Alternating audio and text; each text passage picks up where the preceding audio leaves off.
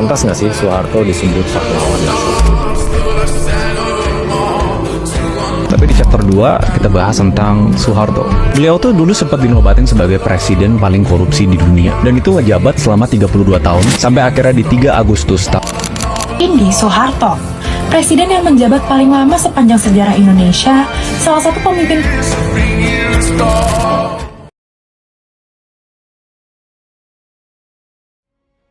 Di Hari Pahlawan tahun 2025 kemarin, rasanya cukup berbeda. Karena nama Soeharto resmi masuk pada meja pembahasan gelar pahlawan nasional. Banyak yang bingung, kok bisa sih?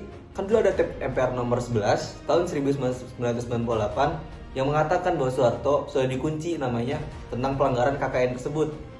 Tetapi faktanya secara hukum jalan itu telah dibuka dan MPR telah menetapkan keputusan telah mencabut nama beliau dari ketentuan. Secara administratif, jalannya memang mulus sih.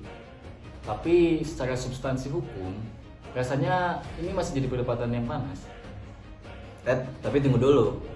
Dalam sisi hukum positif, kita punya namanya asas fundamental yang dinamakan presumption of innocence atau yang disebut dengan asas praduga tak bersalah. Agaknya tanpa dijelaskan lebih lanjut, teman-teman sudah mengetahuinya. Betul. Bahkan sampai wafat pun tidak ada keputusan pidana yang menetapkan keputusan yang ingkrah bahwasanya beliau dinyatakan sebagai bersalah. Tapi tunggu dulu, Dax. Jangan lupa aspek perdatanya.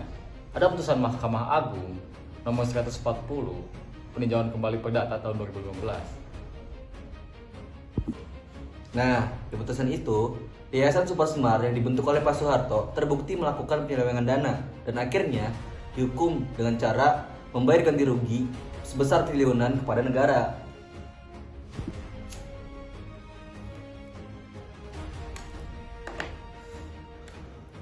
Artinya teman-teman, secara perdata ada perbuatan melawan hukum yang telah ditetapkan di dalam pengadilan tertinggi kita. Sekarang coba cek di Undang-Undang nomor 20 tahun 2019. Di situ dikatakan bahwa syarat menjadi presiden harus memiliki integritas moral dan juga keteladanan. Sedangkan Soeharto, Yap, disitulah letak dilemanya yang akhirnya menimbulkan pertanyaan, apakah seseorang dengan catatan penyelewengan dana secara hukum perdata itu masih bisa disebut mempunyai integritas moral atau tidak?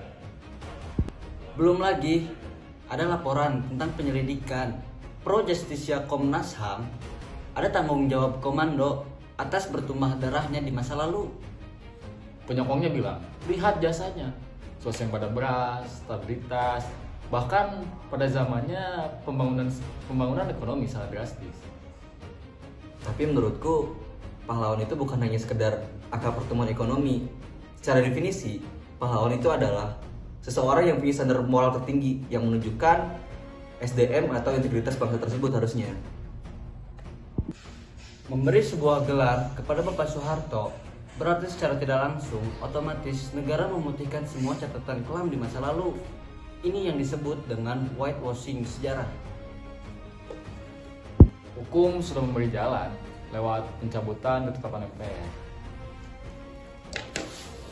Tapi rasa keadilan yang ada di masyarakat dan juga hak para korban memang sudah bisa tentu diterima oleh masyarakat.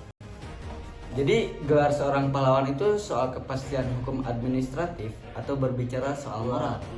Nah, kalau menurut kalian gimana? Bisa.